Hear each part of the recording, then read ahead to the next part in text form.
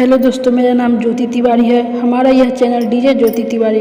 दोस्तों, मैं इस चैनल के माध्यम से आपसे धर्म और आध्यात्मिक जगत की बातें करने वाली हूँ, जिसका टॉपिक है राम और हनुमान जी का प्रथम मिलन।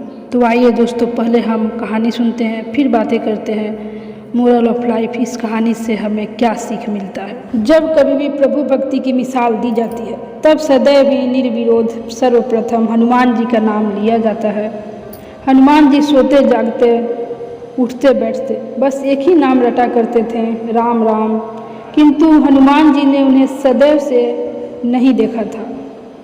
वे बिना उन्हें देखे उनसे मिलने की आस में ही उनकी भक्ति में डूबे रहते थे। जो भक्त अपने प्रभु के दर्शनों को व्याकुल हो और उनसे मिलने की आस लिए बैठा हो, कैसा अद्भुत क्षण होगा वो, जब स्वयं प्रभु उनसे मिलने के लिए उनके सामने आ जाए। आइए जानते हैं राम और हनुमान के प्रथम मिलन की ये अद्भुत गाथा। हनुमान जी ऋष्यमुख पर्वत पर राजा सुग्रीव के साथ उनके मित्र और रक्षक बनकर रहते थे। बाली के राजपाट छीन लेने से वह सदैव भयभीत रहते कि कहीं बाली किसी को उसे मारने के लिए न भेज दे। इसी प्रकार एक दिन प्रभु श्री राम और लक्ष्मण माता सीता की खोज करते हुए ऋष्यमुख पर्वत पर पहुंच गए। सुग्रीव के गुप्तचरों ने उसे बताया कि 2 तपस्वी ब्राह्मण इसी पर्वत पर बढ़े जा रहे हैं, किंतु दोनों के हाथों में धनुष है और दोनों ही बलवान प्रतीत होते हैं। यह सुनकर सुग्रीव डर गया। उसे लगा बाली ने ही इन दोनों को भेष बदलकर मुझे मारने को भेजा है। हनुमान जी ने सुग्रीव को शांत कराते हुए बोला कि मेरे होते हुए आप घबराएं नहीं, मैं स्वयं जाकर उनका परिचय पूछता हूँ। सुग्रीव ने भी कहा, हाँ हनुमान, तुम जाकर पता करो वे दोनों ब्राह्मण यहाँ किस उद्देश्य से आए हैं, और यदि कोई संकट प्रतीत हो तो मुझे संकेत दे देना, मैं यहाँ से भाग जाऊँगा। इस प्रकार सुग्रीव को आश्वस्त कर वे ब्राह्मण के भेष में श्री राम और लक्ष्मण के सामने पहुँचे। दोनों ही राजकुमारों का दिव्य तेज देखकर उनके मन में प्रेम का सागर उमड़ रहा था, किंतु अपना कर्तव्य निभाने के लिए उन्होंने खुद को नियंत्रित किया और हाथ जोड़कर दोनों राजकुमारों का स्वागत किया। उन्होंने कहा, हे ब्राह्मण देव, आप दोनों कौन हैं और इस दुर्गम पर्वत में क्या कर रहे हैं? आप दोनों देखने में राजकुमार प्रतीत होते हैं और आपके पांव भी अत्यंत कोमल है। आप दोनों इस प्रकार नग्न पैरों से इस कटीले वन में किस उद्देश्य से आए हैं? उनकी मनमोहक बातों को सुनकर राम जी मन में मुस्कुराए और उन्होंने कहा, मैं अयोध्या नरेश दशरथ का पुत्र राम हूँ और ये मेरा अनुज लक्ष्मण है। मेरी पत्नी सीता का किसी दुष्ट ने अपहरण किया है। हम उसी को ढूंढने के उद्देश्य से यहाँ आए हैं। अब आप अपना परिचय भी दीजिए ब्राह्मण देव। अपने आराध्य श्री राम को देखते ही हनुमान जी के हाथ स्वतः जुड़ गए।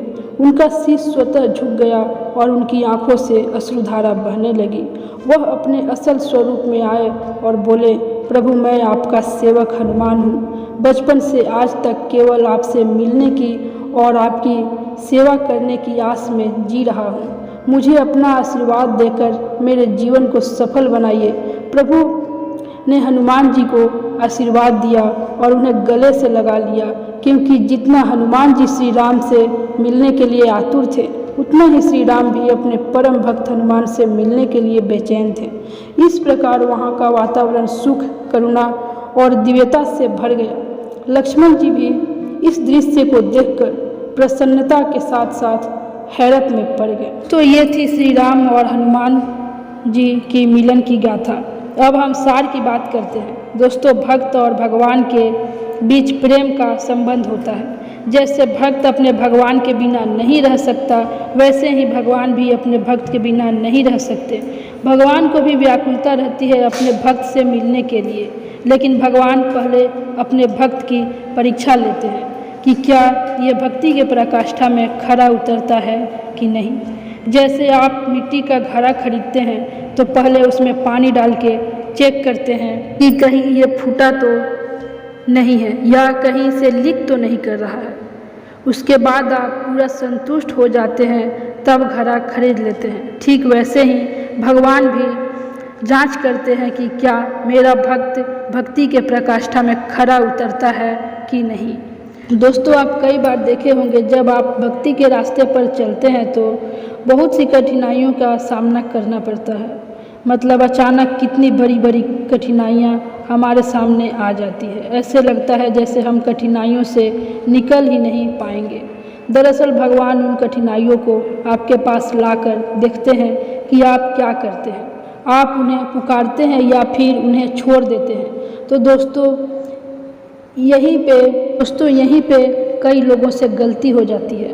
वो भगवान को पूजा पाठ करना छोड़ देते हैं, उन्हें मानना छोड़ देते हैं और वो भगवान को कोसने लगते हैं कि हम भगवान का पूजा पाठ किए, उनकी भक्ति किए, तब भी मेरे साथ इतना गलत हुआ। और वो भगवान का पूजा पाठ करना छोड़ देते हैं, मतलब वो भगवान की परीक्षा में फेल हो जाते हैं। और दूसरी तरफ जो भक्त होते हैं वो उन कठिनाइयों का सामना करते हैं, उससे लड़ते हैं और कहते हैं शायद मेरे लिए यही सही है, क्योंकि मेरे भगवान मेरे साथ कभी गलत कर ही नहीं सकते। तो बस दोस्तों, जिसको भगवान पर विश्वास रहता है वही भगवान को पा सकता है। तो दोस्तों, मैं उम्मीद करती हूँ कि आपको आज की ये वीडियो अच्छी लगी होगी।